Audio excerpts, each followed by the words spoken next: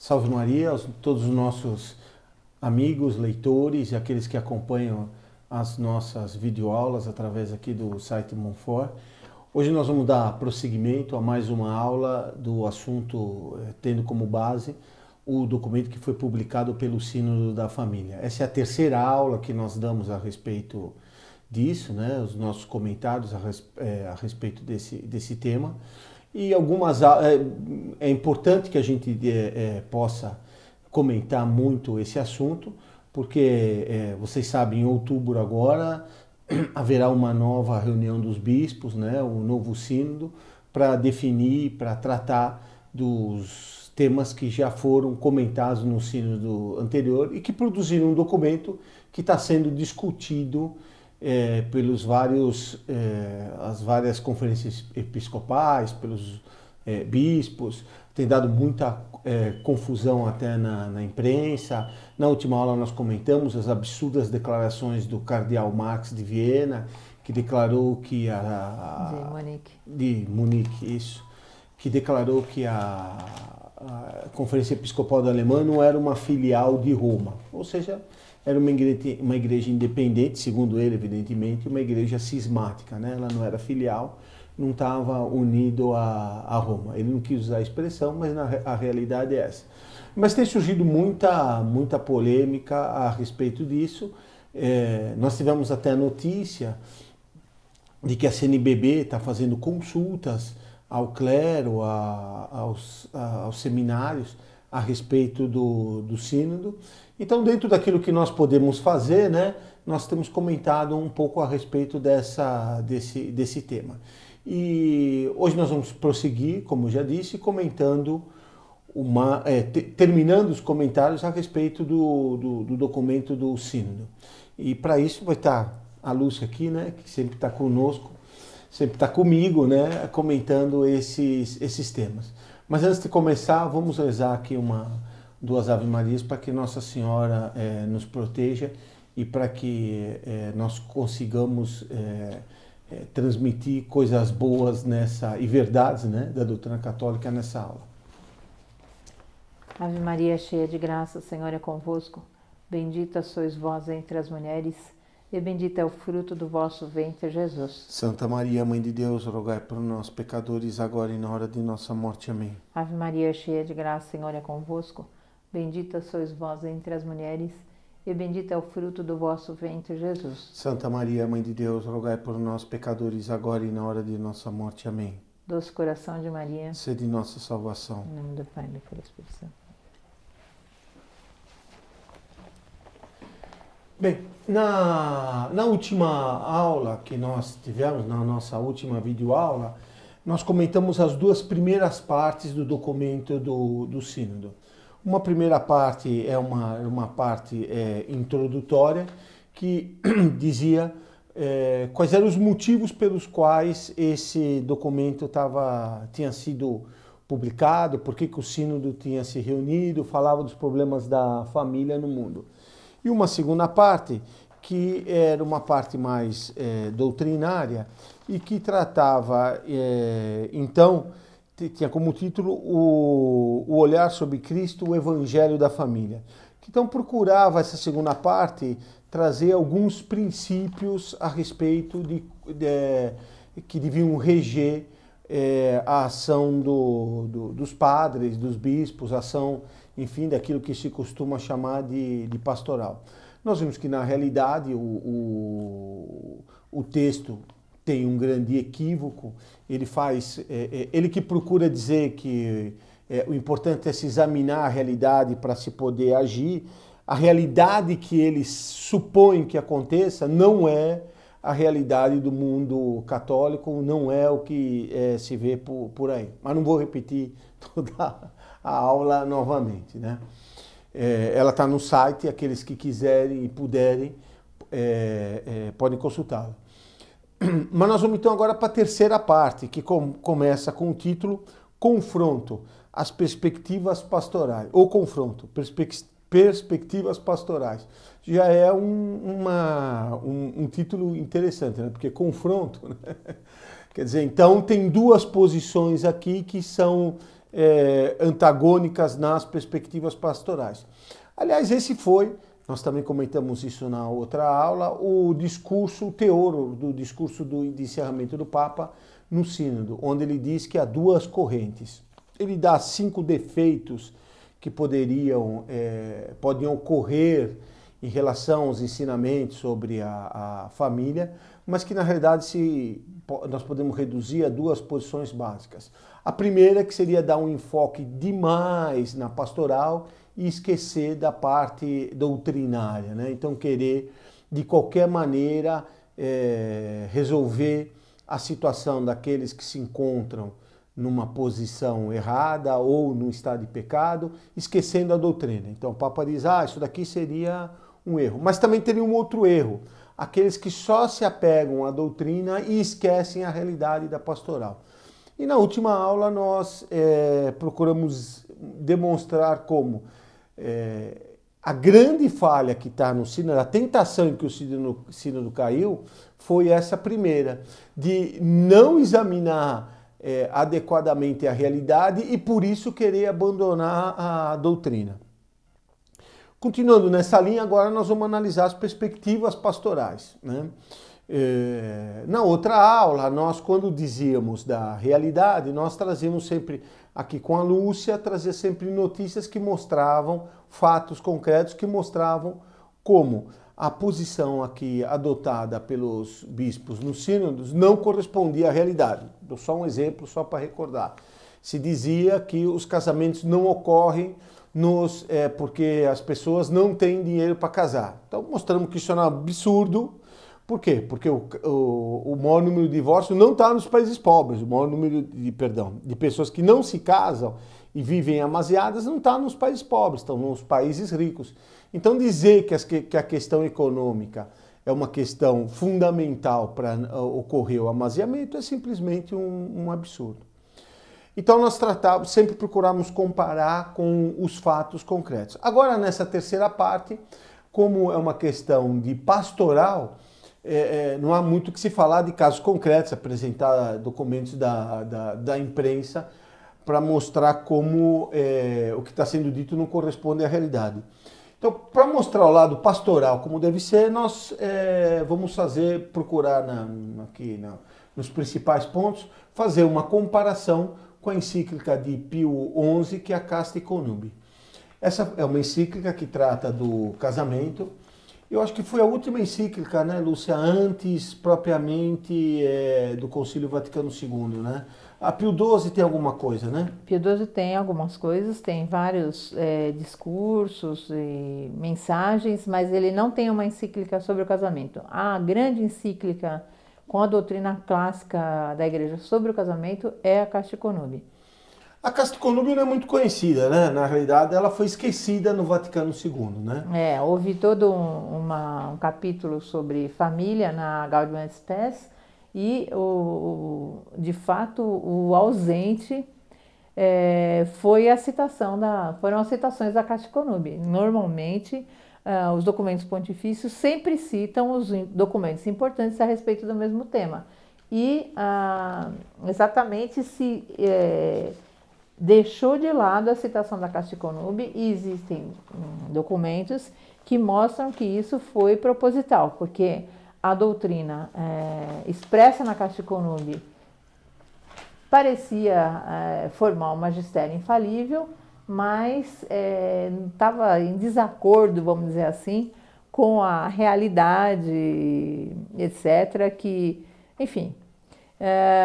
e então procurou se esquecer um pouco voluntariamente a existência dela. Não era interessante tratar, vamos esconder, faz de conta que não existiu.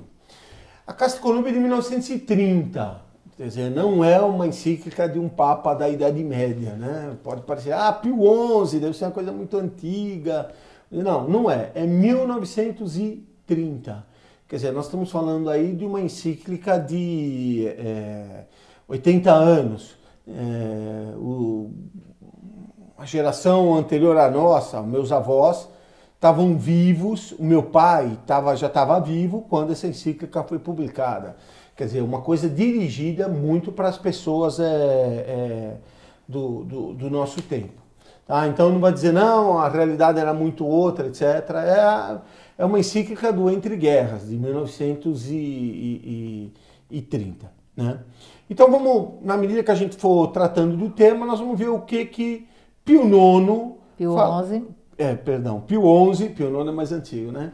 Pio XI tratava nessa encíclica.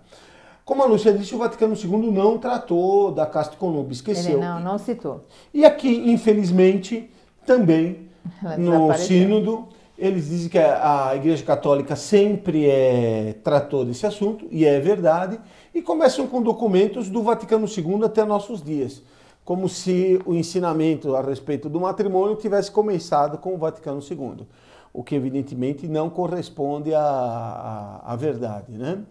Mas enfim, uma Casta Connubii é muito recente, pelo menos alguma referência dela deveria existir.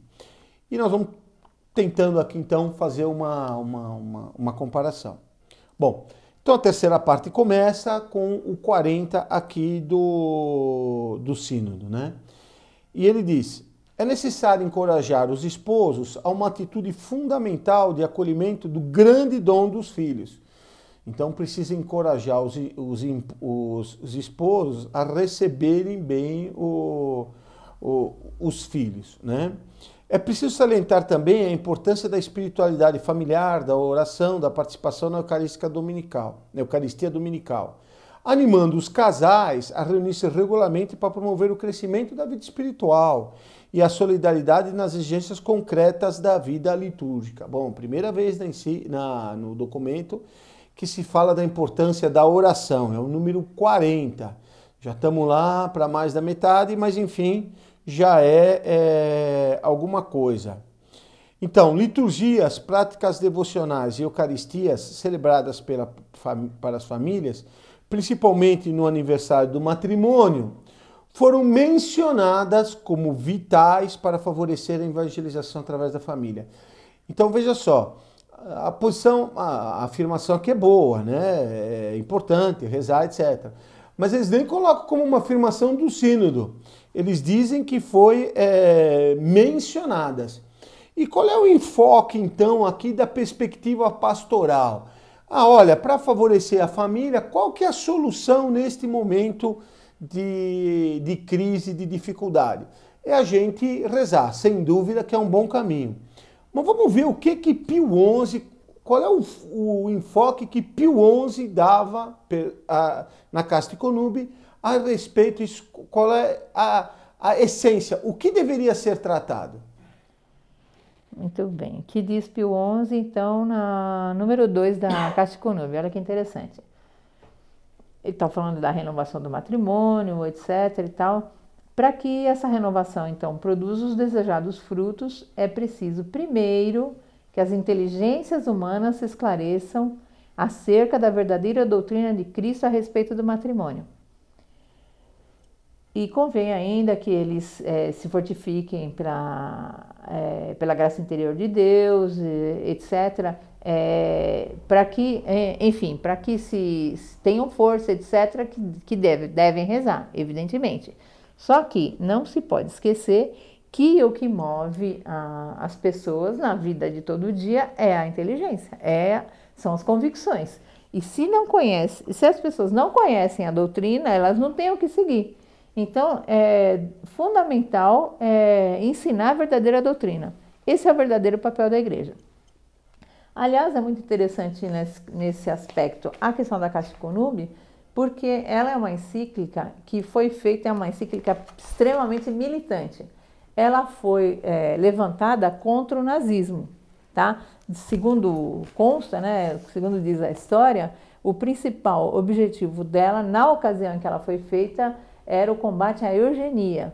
Porque o nazismo, todo mundo sabe que era extremamente fanático, né, da eugenia, então eles promoviam uma limpeza racial e outras coisas péssimas nessa mesma linha, né, e defendiam então um assassinato em massa, né, de deficientes e de raças inferiores, tá? E a Pio XI, que é conhecido como um papa extremamente vigoroso no combate ao erro, né? Enfim, era tido como uma pessoa de um temperamento bastante forte, e ele ataca assim brutalmente, ele ataca assim com todo vigor esses erros péssimos, e ele ataca exatamente o inimigo perigoso, ataca de frente. Hoje em dia, assim, se diria, né, sei lá, algum tempo atrás se diria que ela ficou valendo principalmente por outros ensinamentos, né, como a questão da contracepção, que ela é diretamente condenada por Pio XI, tá? E, enfim, Paulo VI considerava que a condenação da contracepção artificial levantada pela Caciconube era infalível, o próprio Paulo VI considerava isso, mas, infelizmente, nós chegamos num tempo em que a própria condenação da eugenia volta a valer, porque o aborto eugênico infelizmente, extremamente disseminado hoje em dia. Então, quer dizer, já voltamos a uma barbárie quase nazista, infelizmente. E, enfim, voltando ao primeiro ponto que a gente estava comentando, justamente esclarecendo as consciências, ensinando a doutrina católica, é que a gente vai primordialmente combater esses erros. Então parece que Pio XI caiu na tentação que o Papa Francisco acusa, né, de dar importância demais para a doutrina e deixar de lado a pastoral. Seria isso possível? Claro que não. Enfim, então vamos tocando em frente. Então o que nós vemos aqui? É claro que precisa de oração, mas na hora que tem uma encíclica, na hora que tem um ensinamento, o que tem que ter é uma exposição clara da doutrina católica. As pessoas precisam conhecer aquilo que está sendo ensinado para poder seguir, senão não tem jeito, né? E numa linguagem aqui difícil da gente entender, não se ensina a doutrina católica. Aliás, também foi uma crítica, uma tentação que o Papa Francisco citou, de fazer uma linguagem rabuscada que não quer dizer nada. E lá vai então, vamos então para o 41, logo na sequência, outra perspectiva pastoral. Então, como é que deve ser o ensinamento, vai tratar o 41. Enquanto continua a anunciar e promover o matrimônio cristão, anunciar e promover, curioso não tem ensinar, mas enfim, o sínodo encoraja também o discernimento pastoral das situações de muitas pessoas que não vivem mais essa realidade. Dura um pouco de entender o que quer dizer que também o sínodo encoraja o discernimento pastoral. O que quer dizer isso? O que significa encorajar? Quer dizer, favorecer o discernimento pastoral das situações? Um negócio muito confuso, né? Diz: é importante entrar em diálogo pastoral com tais pessoas. Quais as pessoas? Aquelas que não vivem mais essa realidade. Qual a realidade? O matrimônio cristão. Então é importante dialogar com as pessoas que se separaram. Com a finalidade de pôr em evidência os elementos da sua vida, da vida das pessoas, que podem conduzir uma maior abertura ao evangelho do matrimônio na sua plenitude. Então, vai se conversar com essas pessoas para pôr em evidência, não para dar a doutrina católica, não para ensinar, mas é para dizer, naquilo que elas estão fazendo, né, os elementos da vida delas, como é que elas podem ter o matrimônio na sua plenitude. Ora, só tem um jeito de ela ter um matrimônio na plenitude, que ele está separado, é voltar a casar com a pessoa que ela está, se reconciliar com a pessoa que ela estava casada. Diz, os pastores devem identificar elementos que podem favorecer a evangelização e o crescimento humano e espiritual. Não é ensinar nada. Uma nova sensibilidade pastoral moderna, sensibilidade, consiste em captar elementos positivos presentes nos matrimônios civis. Então são gente que ou casou ou está separada e casou de novo. Então, matrimônio civil. e tendo em conta as devidas diferenças nas convivências. Então, são diferentes. Alguns estão amaziados, outros estão só juntados, outros estão só casados no civil, outros não sei de que jeito estão. É necessário que na proposta eclesial, mesmo afirmando com clareza a mensagem cristã, não é a doutrina cristã, a mensagem cristã, indiquemos inclusive os elementos construtivos presentes em tais situações, que ainda não ou já não correspondem à mesma. Então, diante das pessoas aqui que estão em divórcio, porque ele não usa o termo, mas é claro, ou as pessoas que estão simplesmente amaziadas, aquelas que não estão de acordo com o matrimônio cristão, qual que deve ser a atitude? A gente fala lá da mensagem cristã, mas o foco tem que ser o que tem de bom na ação que vocês estão fazendo. O que vai dizer Pio IX, Pio XI? Vocês veem que eu estou trocando, é porque o X lá, o I está na frente, o I está atrás, na hora que a gente vê, não vê direito. Então, o que diz Pio XI a respeito dessa situação? Então, esse meio a meio, né? Que é meia leite, meia mussarela. Que tá casado, mas não tá. Isso, mais ou menos, né? Vale, vai lá e conversa, diz que sim, mas diz que não. Então, o que ele diz? Alguns deles, ele está falando então dos defensores das novas situações, que não o casamento. Então, alguns deles, esforçando-se por deter a meio caminho, ou seja, sem pregar diretamente um amor livre, queriam fazer algumas concessões aos nossos tempos. Então, esses são aqueles que estão ensinando, né? Estão ensinando. Que eles estão ensinando. Portanto, os padres, os clérigos e outras autoridades. Outras autoridades, enfim. Então, Lúcia, para frisar aqui para o nosso ouvinte, que é muito importante, você, por favor, começa então repetindo de novo o que Pio XI vai dizer a respeito daqueles que não ensinam direito, que fazem um meio campo. É o número 48 da encíclica, e ele diz: é certo que nem todos os fautores dessas novas máximas se deixam arrastar a todas as últimas consequências da sensualidade desenfreada. Ou seja, nem todo mundo que está aqui propondo novos modelos de casamento vai chegar até o fim. O amaziamento puro, né? O amor livre, em resumo. Amor livre, isso. Alguns deles, esforçando-se por deter-se a meio caminho, queriam fazer algumas concessões aos nossos tempos. Só alguma coisa, né? Então, vamos ver, seria a turma, vamos ver o que tem de bom. Isso, mas só quanto a alguns preceitos da lei divina e natural. Esses, porém, não passam de mandatários mais ou menos conscientes daquele nosso inimigo, que sempre se esforça por semear a cisânia no campo de trigo.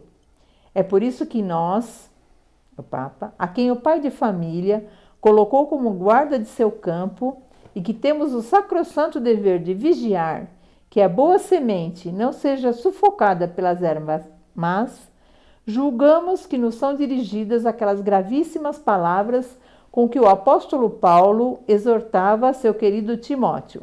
Mas tu vigia, cumpre o teu ministério, prega a palavra, insiste oportuna e inoportunamente, repreende, suplica, exorta com toda a paciência e doutrina.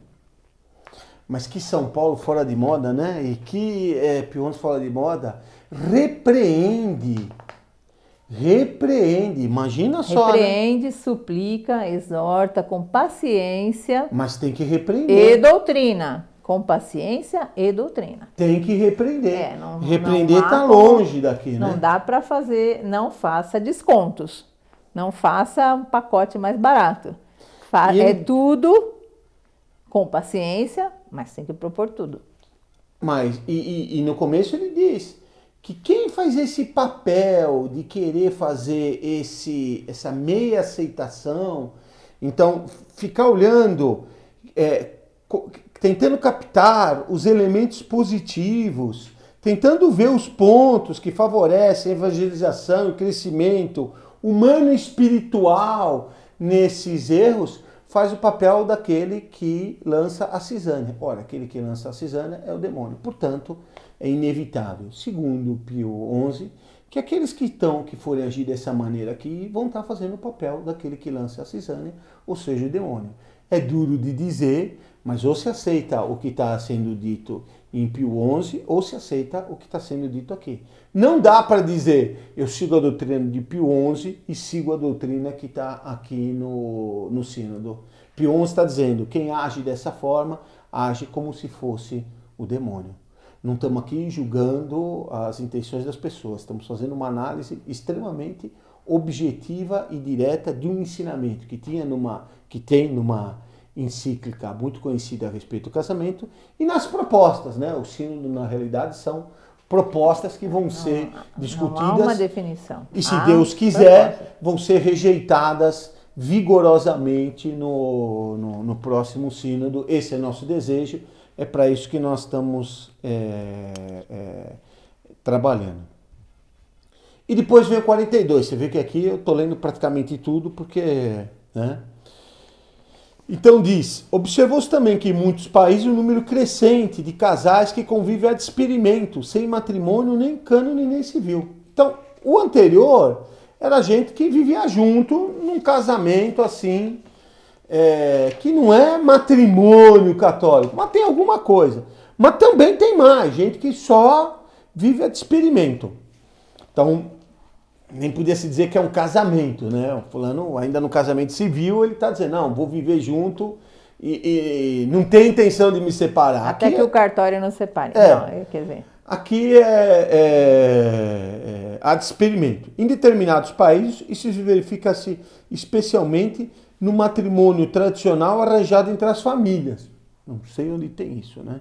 Onde se vive a de experimento no matrimônio tradicional arranjado entre famílias. Porque o matrimônio de antigamente que era arranjado entre as famílias era para sempre.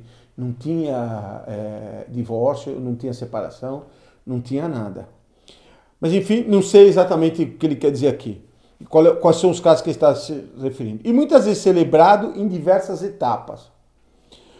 Em outros países, ao contrário, está em crescimento contínuo o número daqueles que, depois de ter vivido juntos durante um longo período de tempo, pede a celebração do matrimônio na igreja. Então, fulano já vivia junto, agora o que nós vamos fazer? Agora nós vamos casar na igreja. A convivência simples é com frequência escolhida por causa da mentalidade geral contrária às instituições e aos compromissos definitivos. Mas como isso? A mentalidade geral é contrária às instituições e aos compromissos definitivos? Da onde se tirou que a mentalidade geral é contrária às instituições? Todo mundo está metido em um monte de instituições de trabalho, de sociedade, de organizações.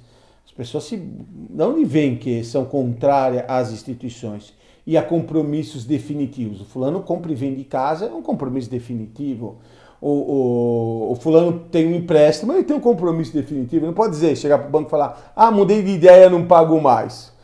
Como você quer um compromisso definitivo dessa dívida? Então, e completa. Mas também devido à espera de uma segurança existencial, trabalho e salário fixo. Sempre o mesmo problema. Está vendo que o problema que eles dizem que é econômico.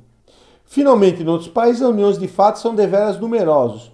Não somente pela rejeição dos valores da família e do matrimônio. Então, até diz que tem uma rejeição na família. Mas, sobretudo, porque casar é sentido como um luxo. Aonde casar é sentido como um luxo?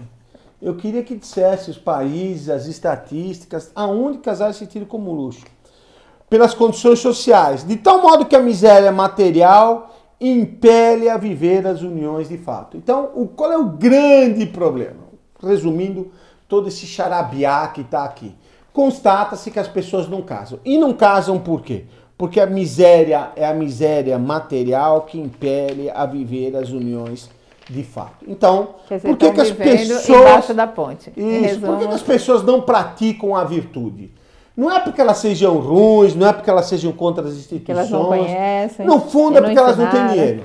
Se tivesse um Bolsa Família universal para todo mundo casaria. Aliás, foi exatamente o contrário. Acabou de sair uma pesquisa no jornal Valor Econômico, dizendo que quem recebe Bolsa Família casa menos. Os casamentos são menores e eles têm menos filhos entre aqueles que recebem o Bolsa Família. Então, aqueles que recebem dinheiro de graça não querem saber de uniões de fato e não querem ter filhos. Mas, enfim, está contrariando aqui o que ele está dizendo. Mas o que diz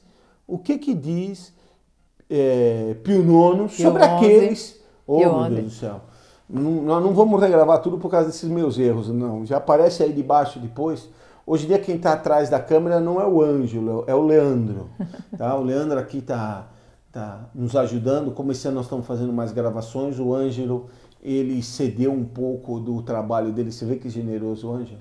Cedeu um pouco do trabalho dele pro Leandro, que já tem 3 filhos.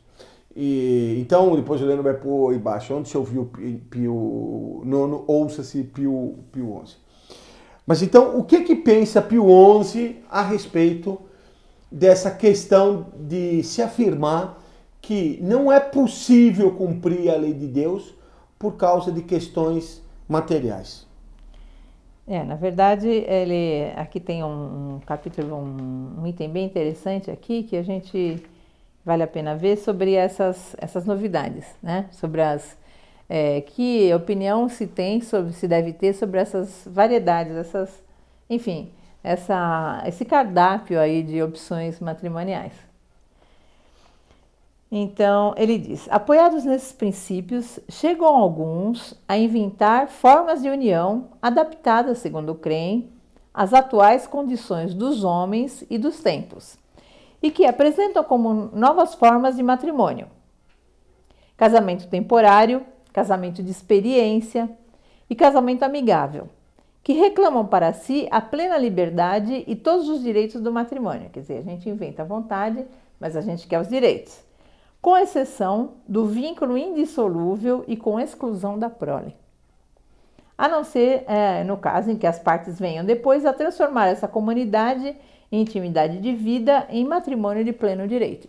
Quer dizer, enquanto a gente não quer, a gente não é obrigado nem à indissolubilidade, nem aos filhos, tá? Não estamos podendo, tá? Mas o que comenta então? Isso aqui são as novidades que Pio XI apresentava como aberrações e que hoje em dia estão propostas em documentos dos sínodos. Bom, e não faltam, como continua Pio XI, não faltam os que pretendem, a tal instando, que semelhantes abominações sejam cohonestadas pelas leis ou pelo menos desculpadas pelos costumes públicos dos povos e por suas instituições. Veja bem, lei é o que já tem. Casamento civil, pacto, como se chama na França, que não é casamento, é civil, mas não é casamento. E aqui tem uma figura tremenda, que é a famosa união estável, que vale muito mais do que o casamento, dá muito mais direitos. Você vê, nós estamos falando de 1930. 1930 isso era uma por abominação. exemplo, não tinha divórcio na América Latina. Não havia divórcio na América Latina. Para os jovens, a informação de que o divórcio é da década de 70. Parece que, continuando aqui, né? E parece que não suspeitam sequer que semelhantes coisas, longe de se poderem exaltar como conquistas da cultura moderna, de que tanto se vangloriam, são, ao contrário, aberrações nefandas que reduziriam, sem dúvida, ainda as nações cultas aos bárbaros usos de alguns povos selvagens. Quer dizer, o que Pio XI vai comentar é que, admitidas essas coisas todas aqui que estão sendo observadas, o que se voltou é para a barbárie. Essa que é a verdade. Não é que as condições materiais impediram os casamentos. É que essa situação aqui leva a humanidade para uma nova situação de barbárie. Bom, então nós vimos que Pio XI ensina que, admitida essa situação aqui que tem no 42 no Sínodo, o que aconteceu é que nós voltamos para a barbárie. Ou seja, a humanidade voltou para um estado propriamente de selvageria. É claro que dizer isso assim produziria um grande efeito. Vocês podem imaginar o que diria a TV Globo, qual seria a manchete, se o sino tivesse escrito que o nosso tempo, tendo em vista a difusão do amor livre de fato, que é o que ocorre, voltou a uma barbárie como fez Pio XI. Mas no 45 diz o sínodo. No sínodo, número 45, no sínodo voltou a ressoar claramente a necessidade de opções pastorais corajosas. Ótimo. Mas não fala quais são as opções pastorais corajosas. O que significam opções pastorais corajosas? Significa expor claramente a doutrina católica? Significa aceitar tudo? Essa é uma opção pastoral corajosa. Aceitamos tudo lá e vamos ver o que acontece, vamos ter coragem para ver que bagunça vai dar isso? A Casticonubis tem algum exemplo, né, Lúcia, de opção pastoral corajosa. Como é que Pio XI vai falar para as autoridades, né, então? Então, ele tem umas sugestões bastante corajosas. Então, ele diz aqui, aqueles que têm o supremo governo das nações e o poder legislativo não podem licitamente esquecer-se de que é dever da autoridade pública defender a vida dos inocentes, com leis oportunas e sanções penais, tanto mais quanto menos se podem defender aqueles cuja vida está em perigo e é atacada, entre os quais ocupam, sem dúvida, o primeiro lugar as crianças ainda escondidas no seio materno. Se os magistrados públicos não só não defenderem essas crianças, mas por leis e decretos as deixarem ou até entregarem à mão de médicos ou de outros para serem mortas, lembrem-se de que Deus é juiz e vingador do sangue inocente, que da terra clama ao céu. Que linguagem mais ultrapassada, né? Então, Deus é vingador do sangue. Imagina só essa manchete, hein? É bem corajoso. Sínodo afirma que Deus vai vingar o sangue dos inocentes, né? Realmente, essa seria uma manchete corajosa. Isso sem a menor sombra de dúvida, como fez Pio XI. No momento que a igreja tinha pouca força política, né? Você tinha o totalitarismo avançando em toda a Europa, você tinha o fascismo na Itália, e não custava nada para o Mussolini mandar as tropas dele lá e dizer chega com essa brincadeira. Né? Como já foi outras vezes, o papado já sofreu isso. Seria só mais uma. Não, Pio IX, agora não errei, Pio IX teve que fugir de Roma, né? Gregório XVI, antes dele, também teve que fugir de Roma. Outros papas foram sequestrados, outros foram mortos, por se contrapor aos governantes iníquos. Então, essa daqui é uma opção pastoral corajosa. E as leis más. Agora, concordar com a imprensa, receber apoio da imprensa, dizer, puxa, olha, agora os bispos estão com uma mentalidade aberta, estão com uma mentalidade moderna, estão aceitando tudo. Essa não é propriamente uma opção pastoral corajosa. Estão fazendo tudo que a ONU quer. Aí não se aí não chega a ser muito. Não precisa de tanta coragem. Então, qual que é a solução para a questão do divórcio? Vai dizer o sínodo. Uma das soluções importantes. Numerosos padres, está no número 48, numerosos padres sinodais sublinharam a necessidade de tornar mais acessíveis e céleres, se possível totalmente gratuitos, os procedimentos para reconhecimento dos casos de nulidade matrimonial. Ótimo, então está resolvido. Não tem que pagar mais nada, faz o processo mais célere, e já que a igreja aprovou o divórcio, o problema está resolvido. Acho que aqui é muito claro, né? Não é uma tentação contra a doutrina, né? É uma tentação exatamente, bom, vamos resolver o problema de todo mundo, assim nós podemos... assim não precisa do divórcio. Se anula o casamento, não precisa do divórcio. Acabou, né? Está anulado o casamento, o fulano vai se divorciar rapidinho na justiça comum e está tudo resolvido. Bom, depois vamos entrar num ponto do sínodo, que é o número 52, que é a questão da comunhão para os amaziados. Evidentemente, Pio XI não trata disso. e não trata por uma razão muito simples. Não passava pela cabeça deles que tivesse essa ideia de dar comunhão para aqueles que fossem divorciados. Ele alerta divorciados recasados. Ele alerta na encíclica para que os padres tenham coragem e devam ensinar a doutrina claramente. Imagina com relação a dar comunhão para os recasados, isso nem passa, para os amaziados, né? Isso está no 52. Refletiu-se sobre a possibilidade que os divorciados e recasados ascendam aos sacramentos da penitência e da Eucaristia. Bom, aos sacramentos da penitência, eles podem, desde que eles se arrependam e saem do estado de pecado, eles podem ter o sacramento da penitência. E feito isso, até eles poderiam ter o sacramento da Eucaristia. O que não pode é ter os sacramentos, receber os sacramentos, mantendo o pecado. Aliás, se for para esse, vale para todos os outros. Fulano que matou 3, ele vai para o padre e fala, matei 3. Ah, você vai matar? E você se arrependeu? Não, vou continuar matando. Essa é a minha profissão. Para ele falar, tá bom. Então está perdoado e pode comungar. Não tem cabimento. Por que só para a Eucaristia? Então deveria ser para todos os pecados. Os sacramentos, você quer dizer? Então, para todos os pecados estariam libertados todos os sacramentos.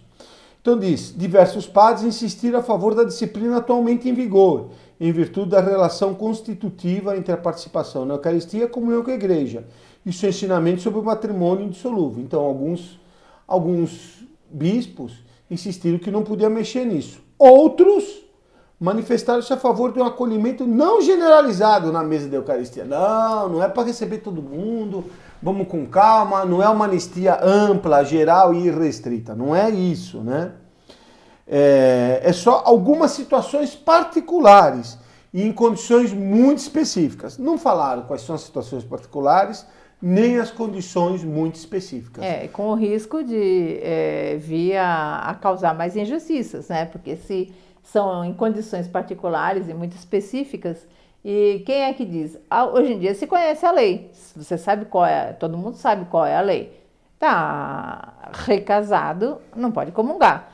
No futuro, alguns recasados vão poder comungar, outros recasados não vão poder. Não vai causar uma injustiça maior?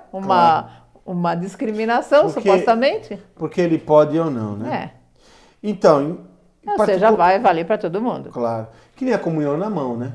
Primeiro era porque tinha meningite, depois porque alguns tinham algum problema, depois porque tinha perigo do queixo cair, qualquer bobagem dessas.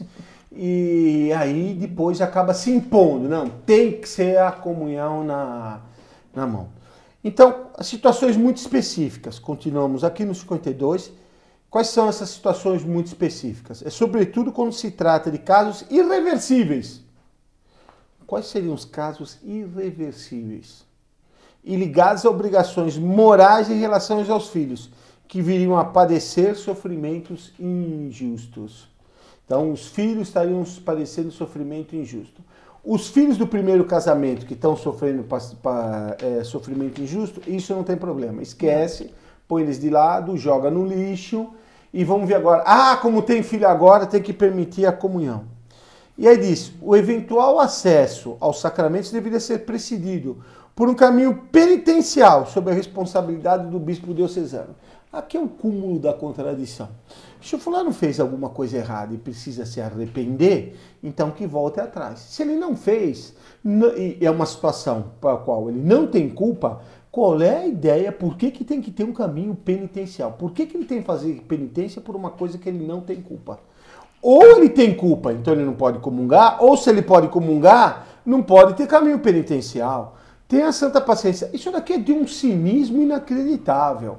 Inacreditável. Depois sobre a responsabilidade do bispo diocesano. Então todo mundo que é divorciado faz uma fila lá diante da cúria, né? E todo mundo vai contando e o bispo vai distribuindo as penitências lá pro fulano. Como é que tá a tua situação? Já tô na terceira, mas agora eu já tenho 5 filhos com essa terceira aqui, já tô pagando 3 pensões alimentícias, não dá? O bispo fala, então olha, você vai ter uma penitência, você vai ficar 2 meses sem chupar pirulito. Aí ele fica 2 meses sem chupar pirulito, ele vai e comunga. Isso daqui é de uma irrealidade pastoral completamente fora de todo o bom senso. Nós não temos padres para rezar missa, essa que é a verdade. Os padres de domingo aqui em São Paulo, onde ainda existe um número considerável de padres, se a gente comparar com outros países europeus, por exemplo, eles rezam 4, 5 missas por domingo. E agora eles vão ter lá a fila dos penitentes recasados para analisar o caso específico e dar a penitência para depois de falando comungar. Tenha dó. O normal, se isso de fato acontecer, vai ser uma liberação geral. Casou de novo, você está arrependido, você está numa situação difícil, vai comunga e o problema está resolvido. O texto do sínodo então segue, aí vai tratar de um outro tema que não tem na Casta Connubii, que é a questão do homossexualismo. Na Casta Connubii, Pio XI vai dizer até que ele preferia não tratar desse assunto, porque falar de temas delicados, que ele só fazia por uma questão mesmo de obrigação. Então, menos ainda, ele trata de homossexualismo, que era um problema que em 1930, tão pouco tempo atrás, nem se punha, era uma coisa condenável e ponto final. Mas aqui no 55 vai se dizer, algumas famílias vivem a experiência de ter no seu interior pessoas com orientação homossexual. Não fica muito claro qual é o papel dessas pessoas nessa família. Só diz que vivem a experiência de ter. A esse propósito, houve interrogações sobre qual atenção pastoral é oportuna dentro dessa situação, com relação àquilo que a igreja ensina. Então vem agora o ensinamento da igreja e houve interrogações sobre a ação pastoral diante daquilo que a igreja ensina. Ou seja, diante daquilo que a igreja ensina, os bispos lá não sabiam o que fazer. Tem alguns bispos que dizem, a igreja ensina uma coisa, o que será que eu faço a respeito disso? É bastante estranho, né? Bom, qual é o ensinamento então da igreja? Não existe fundamento algum para equiparar ou estabelecer analogias, mesmo remotas, entre as uniões homossexuais e o plano de Deus sobre o matrimônio e a família. Quer dizer, as pessoas lá, a experiência com orientação homossexual é o casal. Uhum.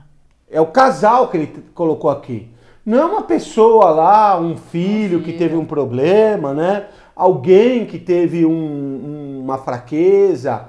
Não é isso.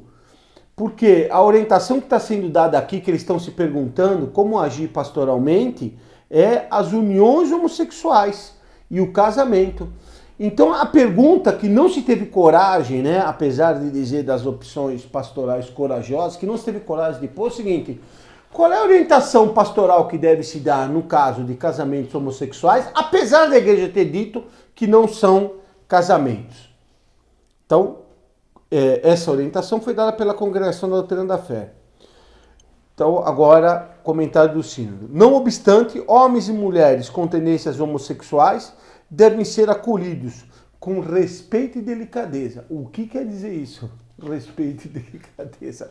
Não é para bater neles, mas aí você recebe e faz de conta que não aconteceu nada. O que quer dizer respeito e delicadeza? Pode até parecer um insulto, né? Depois diz, deve-se evitar para com eles qualquer atitude de injusta discriminação. Ou seja, justa discriminação pode. Só não pode a injusta discriminação. Mas a justa discriminação, o sínodo está dizendo que pode ser feita. Está vendo que é um palavreado, um charabiá que é enorme, simplesmente, e essa que é a infeliz e dura verdade, para tentar se aprovar isso e dizer, olha, faz de conta que a doutrina não diz nada e nós vamos cuidar aqui da pastoral e nós aprovamos tudo. E eu insisto na minha pergunta, em que tentação o sínodo caiu? Aqui está reforçando a doutrina ou está reforçando que se esqueça a doutrina e se aceite todos os pecados? Essa que é a verdade. Bom, no 57 vai se dizer que não é difícil constatar-se o difundir uma mentalidade que reduz a geração de vida a uma variável da projeção individual ou conjugal. Outro charabiá, né? Quer dizer, existe uma mentalidade contra a natalidade. Quais são, então, o motivo dessa mentalidade? Os fatores de ordem econômica exercem uma pressão, por vezes, determinante, contribuindo para a forte diminuição da natalidade, que debilita o tecido social, compromete a relação entre gerações e torna mais incerto o olhar sobre o futuro. Então, o pessoal fica olhando assim o futuro e fica, e o que vai acontecer, meu Deus? Né? Como se o problema fosse esse. A abertura da vida é a exigência intrínseca do amor conjugal. Nessa perspectiva, a Igreja sustém as famílias que aceitam, educam e circundam de carinho os filhos portadores de deficiência. Os outros se viram, mas os filhos portadores de deficiência que vão ter. É verdade, claro que é um ponto importante para se destacar, porque o aborto eugênico é uma coisa que se espalhou correntemente. Mas aqui parece que tem um detalhe, né? Isso daqui podia ser da Ação Social do Estado de São Paulo, a Organização dos Ateus para a Família, qualquer coisa assim. Porque não se fala, é como se o céu não existisse. A questão da vida sobrenatural não se vê nesse texto nada. E o que vai dizer então Pio XI a respeito? É claro que na encíclica ele faz uma grande defesa a respeito da prole e diz que esse é o primeiro bem do casamento. Ele diz isso com toda a tradição da igreja, né? Mas então, Lúcia, o que ele diz, né, a respeito dessa questão de a educação dos filhos? É só para educar, encher a barriga deles? Não, a questão eles econômica. terem saúde, educação e transporte, e agora aqui em São Paulo poderem andar de bicicleta no meio da rua? Que felicidade, ele tá falando. Aqui, ó, tem uma coisa interessante, ele fala a respeito das condições econômicas. Esse aqui é muito interessante. O Papa falando, né, no próprio nome dele, ele diz: penetram igualmente no íntimo de nosso espírito os lamentos daqueles cônjuges que, oprimidos duramente pela falta de meios, têm gravíssima dificuldade para alimentar seus filhos. Então, eles realmente têm dificuldades para alimentar os filhos. Então, ele está falando, não está falando só a escolinha de futebol, balé, natação e... como é que chama? Andar de bicicleta, não. Não, isso aí é bicicleta de último tipo, né? E as férias na estação de esqui. Ele está falando de alimentar. Apertar a orelha do Mickey, que é outra felicidade do nosso século XX. Das criancinhas, 21. Que alegria, não? 21. Poder ir para Disneyland. Claro. Mas peraí, ele está falando de pessoas que têm dificuldade em alimentar seus filhos. Certo. Ele diz: devemos acautelar-nos cuidadosamente de que as deploráveis condições das coisas naturais deem ocasião a erro muito mais funesto. Então, se o povo está pobre, cuidado para não cair em coisa pior. Nenhuma dificuldade podem surgir que sejam capazes de levar à obrigação de derrogar os mandamentos de Deus. Certo? Então, não existe condição que deva nos levar a abandonar os mandamentos, os quais proíbem os atos intrinsecamente maus, pois em todas as conjunturas sempre podem os cônjuges, com o auxílio da graça de Deus, desempenhar-se fielmente em sua missão e conservar no matrimônio a castidade, ilibada de tal mácula vergonhosa, ou seja, da contracepção. Porque é incontestável a verdade da fé cristã expressada pelo magistério do Concílio de Trento. Ninguém deve pronunciar essas palavras temerárias, condenadas pelos padres com anátema. É impossível o homem justificado observar os preceitos de Deus. Porque Deus não ordena coisas impossíveis, mas quando ordena, adverte que faças o que possas e peças o que não possas, e ajuda a poder. Então, Deus não manda coisas impossíveis. Se Ele proíbe a contracepção, Ele vai nos dar condições de atender atender a seus preceitos. Tá? Então, o que a gente faz o que pode, segundo o Concílio de Trento, citado por Pio XI, a gente faz o que pode e pede a Deus ajuda naquilo que não pode. Essa mesma doutrina, continua Pio XI, essa mesma doutrina foi pela Igreja solenemente repetida e confirmada na condenação da heresia jansenista, que tinha ousado proferir contra a bondade de Deus essa blasfêmia, que é a blasfêmia dos jansenistas. Alguns preceitos de Deus são impossíveis aos homens justos, que queiram e procurem observá-los segundo as forças que presentemente têm, e falta-lhes a graça que os torne possíveis. Então, essa aqui é a afirmação jansenista que diz que o homem não pode observar, não tem condições de observar os mandamentos de Deus. Isso é condenado. Quer dizer, então o homem tem condições de observar os mandamentos. Se existe um imperativo moral e uma ordem direta de Deus contra certas coisas, essa ordem tem que ser cumprida, porque Deus vai ajudar a cumprir. Então, Pio XI vai dizer, bom, ó, a questão econômica não é desculpa. E dizer, então, que a questão econômica é desculpa para se pode não cumprir a lei de Deus, tem até um anátema da igreja. Olha só, em 1930, o Papa lembrando dos anátemas da igreja, hein? E do Concílio de Trento. Não faz tanto tempo assim. Mas então, como nós vimos que estamos chegando no final, né? São só questões econômicas. O importante, como eu disse agora, é o filho estar com a barriga cheia.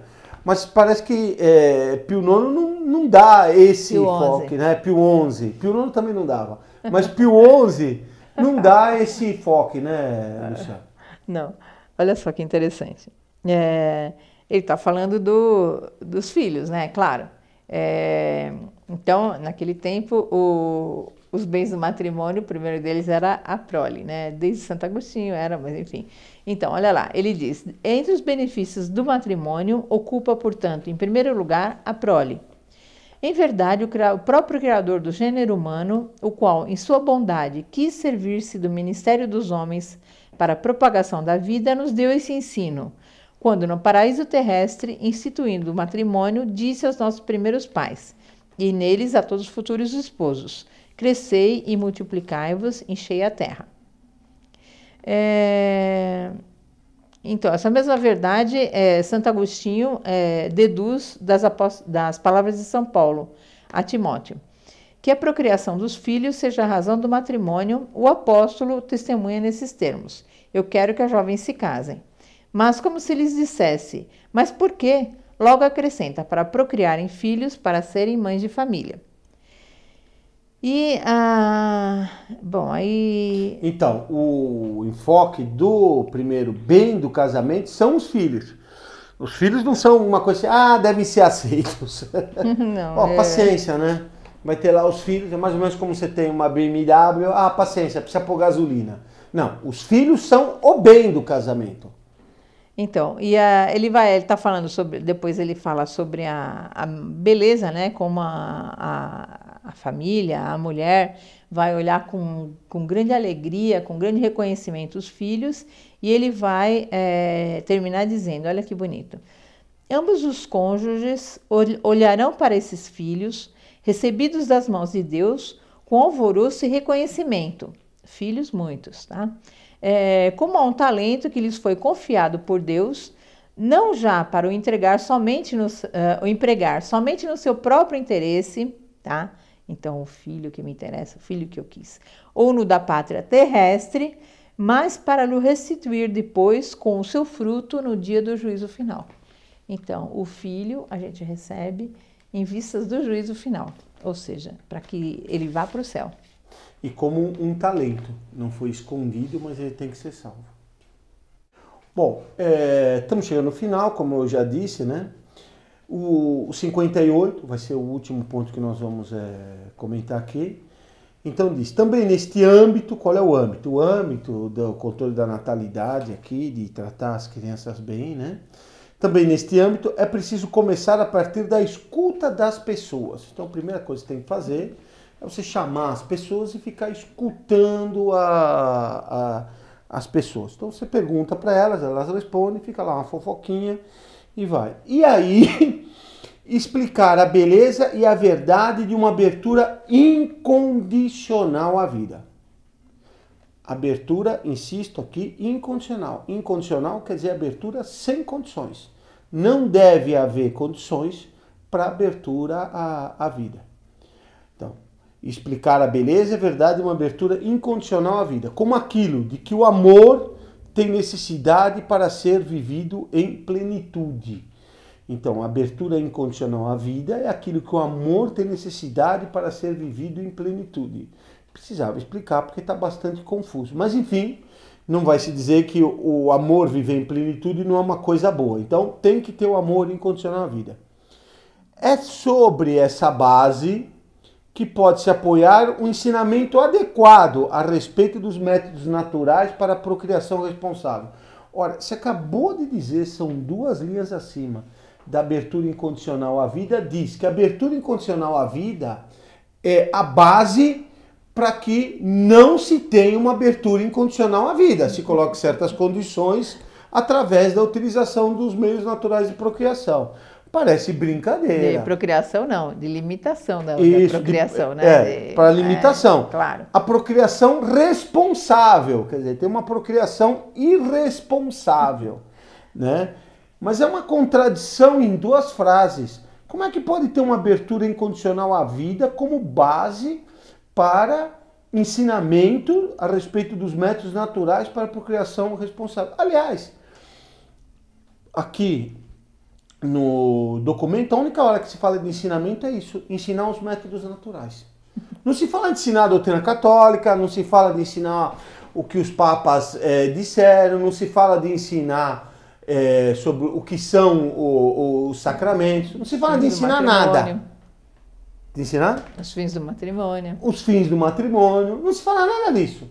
A única coisa que se fala que precisa ensinar são os métodos naturais para a procriação responsável. Tem bispo que se diz tradir, que ora vem, ora volta, que até criaram comissões para se difundir isso em seus âmbitos, porque eles não têm propriamente diocese.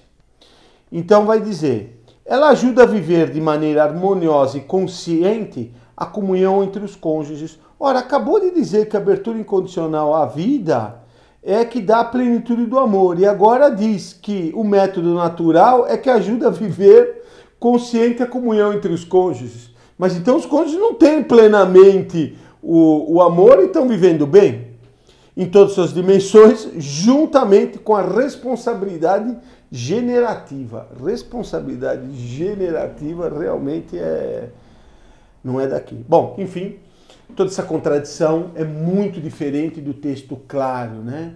Preciso, o ensinamento mesmo de Pio XI. E vem a conclusão. Então, estou cobrando aqui, né? Estou falando, cobrando é uma expressão que não, talvez fosse mais adequada, porque nós não temos direito de cobrar propriamente os bispos que fizeram esse texto, mas estou comentando, insistindo no ponto de que não tem ensinamento. E a conclusão do texto diz isso. As reflexões propostas, fruto dos trabalhos sinodais que tiveram lugar em grande liberdade, não sei porque precisou dizer que teve grande liberdade, né? Quer dizer, então tem uma suspeita que teve uma forçadinha. Aliás, foi um dos pontos levantados por vários cardeais, que houve manipulação daqueles considerados os liberais sobre o que acontecia de fato no sínodo. Por isso que vem essa frase. Bom, então vai lugar em grande liberdade e segundo um estilo de escuta recíproca, então o estilo era ficar escutando, todo mundo tinha que escutar, então ninguém falava, mas enfim, tinha escuta recíproca. Tensionam levar interrogações e indicar perspectivas que deverão ser amadurecidas. Então, me desculpe, mas não serviu para nada. Se é para levar interrogações, né, o que resolve isso daqui? O que nós esperamos dos bispos não são interrogações. Interrogações, todo mundo nós fazemos para eles. Nossa parte é interrogar, né? A deles é responder. A deles é responder, né? E diz que deverão ser amadurecidas e especificadas pela reflexão das igrejas locais ao longo do ano que nos separam até outubro de 2015, dedicada à vocação e à missão da família na igreja no mundo. Não se trata de decisões já tomadas. Também não vejo qual é a decisão que poderia ter aqui, nem de perspectivas fáceis. No entanto, o caminho colegial dos bispos e a participação de todo o povo de Deus sob a ação do Espírito Santo, seguindo o modelo da Sagrada Família. O modelo da Sagrada Família não era esse. quem mandava na Sagrada Família, apesar da santidade de Nossa Senhora, e evidentemente apesar da maior santidade de Nossa Senhora, era São José. Não tinha decisões lá que se reuniam, colegiadas, né? Ah, vamos para o Egito? Não! Né? Não vamos para o Egito, não, está muito longe, imagina, acordar de noite, vamos esperar amanhã, né? São José dizia, vamos para o Egito, levantava Nossa Senhora aí e o menino Jesus ia também. Não haviam decisões colegiadas. E sobre então, poderão levar-nos a encontrar caminhos de verdade e de misericórdia para todos. História, conversa fiada. Toda essa conversaiada não leva absolutamente em nada. Nunca na história da igreja foi assim. Foram esses bons votos que desde o início do nosso trabalho, o Papa Francisco nos dirigiu, convidando-nos à coragem da fé, citação humilde e honesta da verdade na caridade. Espero que ninguém leve a mal todas essas nossas aulas sobre o sínodo, porque nós somos convidados à coragem da fé. Então, espero que todo mundo aceite humilde e honesta, de forma honesta, a verdade e a caridade. Então, essa é a conclusão. Ou seja, concluímos que nós não concluímos nada. O que está escrito aqui é isso daqui, né? Parece redação de aluno que não sabe direito o que escreveu. Então, no final, ele põe umas palavras bonitas e põe um ponto final. É muito diferente do que diz, daquilo que poderia se apresentar como a forma que Pio XI afirma, né, Lúcia? Poderia ser, não é a conclusão dele, mas é muito interessante, olha só. Se considerarem todas essas coisas, veneráveis irmãos, com ponderação e fé viva, se esses preciosos bens do matrimônio, a prole, a fidelidade, o sacramento, forem postos na devida luz, ninguém poderá deixar de admirar a sabedoria, a santidade e a bondade divina, que tão abundantemente providenciou que ao mesmo tempo se mantivesse a dignidade e a felicidade dos cônjuges e se obtivesse a conservação e a propagação do gênero humano somente pela casta e sagrada união do vínculo nupcial. Ou seja, mostrando, todo mundo vai apreciar. Então não precisa ter medo de mostrar. Senhores bispos, mostrem-nos o verdadeiro matrimônio, o que deve ser o verdadeiro matrimônio católico, todos vão admirar. E é um ensinamento, né? Alguém pode até não concordar, evidentemente que nós concordamos de todo o coração e com toda a nossa inteligência com isso. Alguém pode até não concordar, mas é um ensinamento, dá para discordar. Agora, dizer que tencionam levar interrogações e indicar perspectivas que deverão ser amadurecidas, não dá para concordar nem para discordar, né? Vem uma interrogação, ela precisa ser amadurecida. Eu temo que em um ano vai ficar tão amadurecido que talvez caia de podre, né? Mas enfim, vamos ver agora o que espera o sínodo em outubro de 2015. Nós não podemos nunca esquecer que nosso Jesus Cristo faz parte da Igreja Católica e o Espírito Santo nunca a abandona. Já houve gente no Vaticano que disse que o Papa Francisco tem o estilo de Pio XI e que ele é muito duro na hora, como disse a Lúcia aqui na aula, mas que então o Papa Francisco seria muito duro e muito decidido com os seus auxiliares. Me disseram, não estou dentro do Vaticano, não saberia se isso é confirmado ou não. Mas, de fato, o desejo de todos nós da Monfort é que, se isso for verdade, não somente ele seja duro com os seus auxiliares, mas, sobretudo, ele siga o exemplo de Pio XI na condenação de todos esses erros e que o sínodo, então, de forma clara, objetiva e com coragem, condene todos esses erros modernos e que isso daqui sim que vai fazer uma restauração da família. Acho que com isso daqui nós podemos rezar e encerrar. Nós queríamos também avisar os nossos leitores, as pessoas que assistem a nossa videoaula, que aqueles que quiserem mandar perguntas a respeito da aula, dúvidas, comentários, que eles podem mandar um e-mail para cartas@monfort.org.br. No título do e-mail, coloquem a videoaula a que eles estão se referindo. Nós temos um sistema que encaminhará para o responsável pela aula o e-mail. E aí numa próxima videoaula ou ainda numa videoaula específica... Não, mas uma carta, né? Como resposta a uma carta. Uma carta pode ser respondida. Nós não abrimos as nossas aulas para comentários, porque nós não queremos uma torre de Babel como existe em muitos sites, que tem as maiores tolices do mundo e não há correção dessas tolices. Isso daqui é uma atitude liberal e condenada pela igreja dentro da liberdade de imprensa. Um site que diga que tem caráter jornalístico e que ele não apoia nada e que ele não quer se comprometer com nada é um site liberal. Isso tem de monte. A grande maioria dos sites são assim. Então, para nós não cairmos no erro do liberalismo, nós não abrimos para comentários de todo tipo e espécie. Mas aqueles que quiserem mandar uma carta, evidentemente dentro das nossas possibilidades, nós estaremos respondendo. Uma carta, um comentário, nós vamos publicando ou vamos comentando na medida em que as aulas forem se desenvolvendo. Tudo bem, Lúcia? Espero que os nossos ouvintes tenham aproveitado também essa aula e, se for possível, até o sínodo nós ainda faremos outras sobre esse tema. Vamos rezar então? Vamos. Em nome do Pai, do Filho e do Espírito Santo. Amém. Ave Maria, cheia de graça, o Senhor é convosco. Bendita sois vós entre as mulheres, e bendito é o fruto do vosso ventre, Jesus. Santa Maria, Mãe de Deus, rogai por nós, pecadores, agora e na hora de nossa morte. Amém. Ave Maria, cheia de graça, o Senhor é convosco.